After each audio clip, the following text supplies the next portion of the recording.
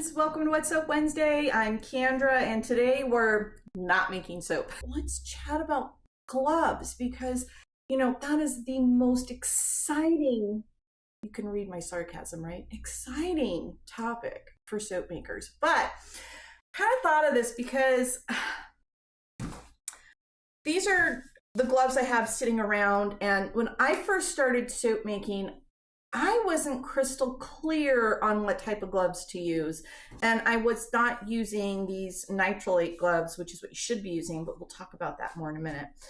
And I'm very lucky that I didn't hurt my hands, your skin. You are the most important part of soap making, and you need to know what type of gloves to wear and when you should be wearing them.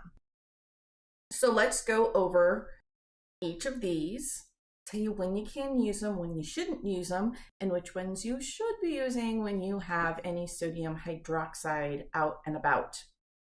Alrighty, hi Rebecca, good to see you.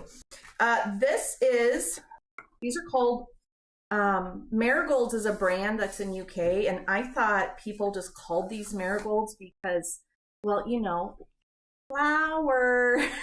No, it's a brand name, so it's kind of like Kleenex. They have some grip on them, which is nice, but these are good for cleaning. Cleaning things, not dangerous. These are great for doing dishes.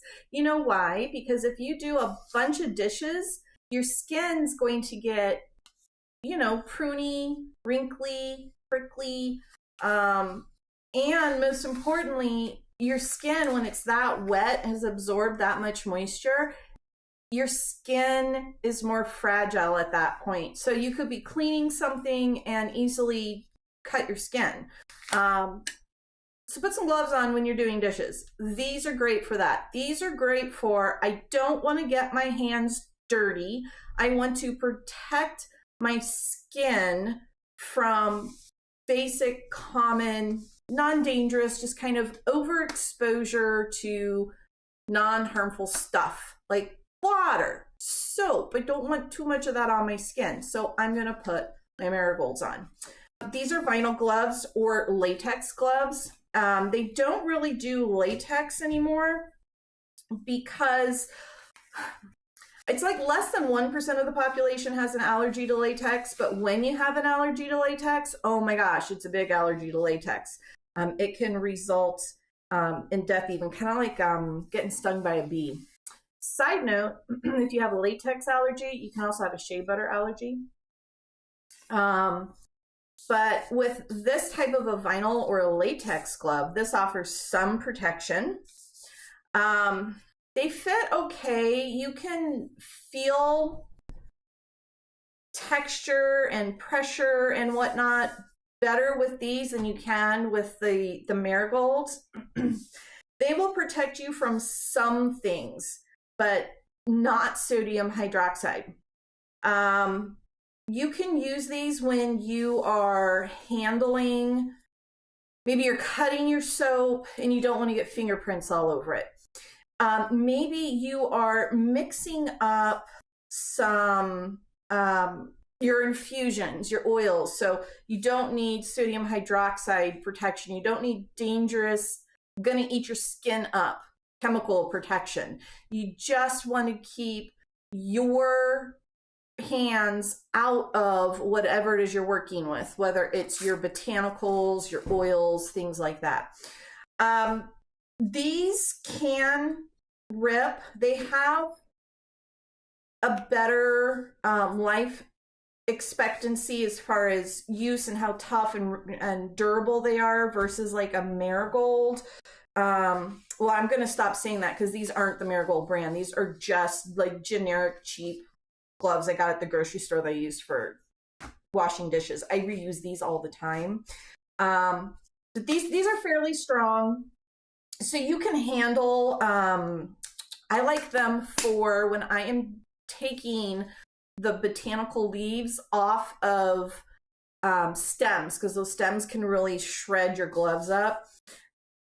They also work great for, like I said, if you're doing oils and just because you put a glove on does not mean you're sterile. You can do, if you're working in a sterile environment, you can also sterilize your gloves.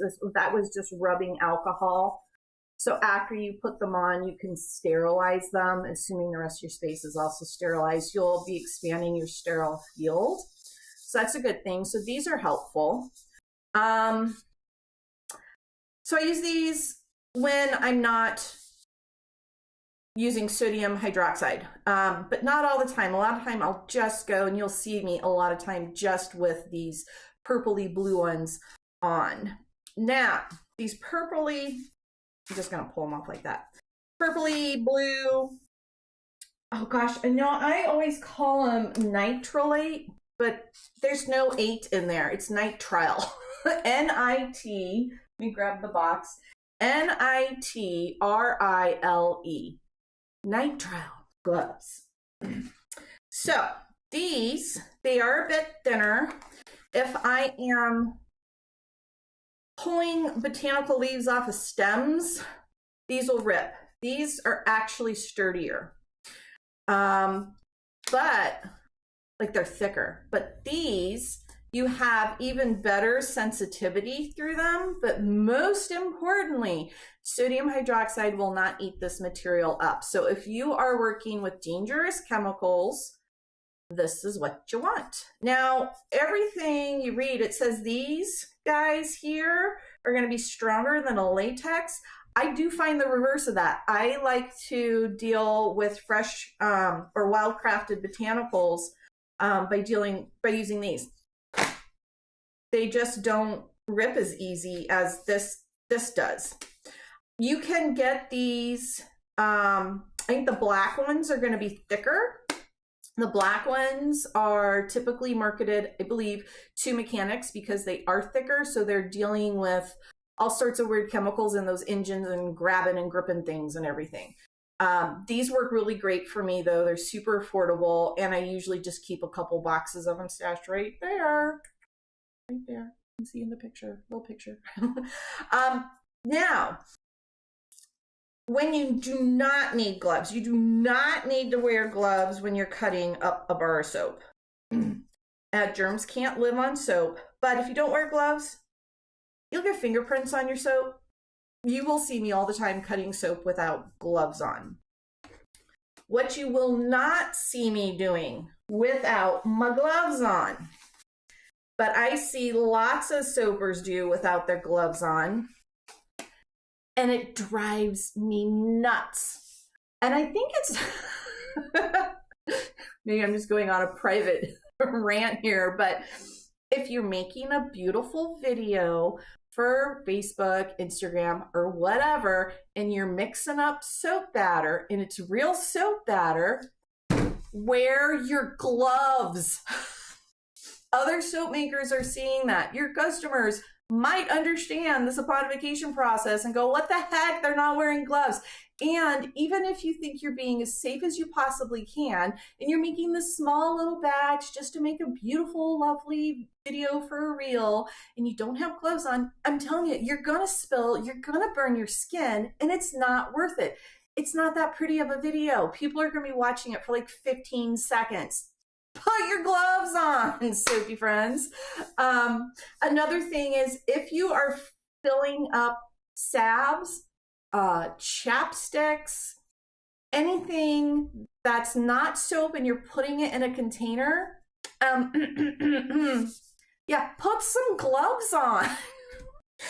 No one, even if you're seeing, you know, again, the fancy, beautiful reels going on, which they're super pretty, but I'm not going to be buying your lip balm if I see you filling it up and doing all this stuff with no gloves on your hands, because I don't know what's on your hands, and, you know, skin does shed. So put your gloves on. You can use, these are cheaper, the vinyl gloves, super low cost, pennies a piece. Even the nitrile gloves, you know, they're maybe like 2 pennies a piece. I really don't know. I spend, I don't know, maybe $5 a month on gloves or something. I mean, they're super cheap. Get them. They will save your skin from all sorts of ailments. including when you're doing your dishes, do yourself a favor, put some gloves on. They got some grippers on them. We do a lot of dishes, and our skin does get skin breakdown from all that exposure to water. I know we have our lovely soaps, we have our balms and salves. I have mine that I love and I swear by. But just because you have those doesn't mean you shouldn't protect your skin. Still use them, but do yourself a favor and wear some gloves. Yay! We talked about gloves. Okay.